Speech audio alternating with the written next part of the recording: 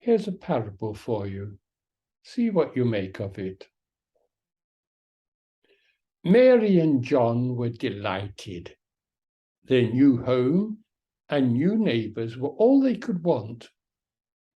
Next door, a young couple were friendly and welcoming, their kids well behaved.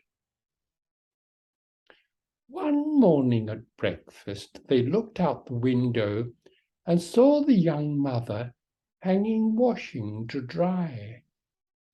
And Mary remarked, how strange that a woman so obviously capable had never been taught how to wash a few clothes.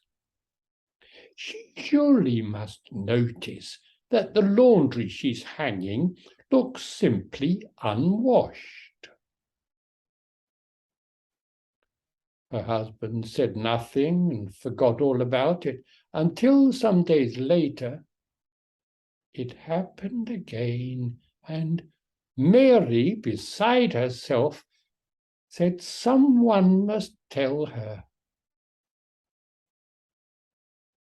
Then on the next wash day, to Mary's amazement, the clothes were all sparkling.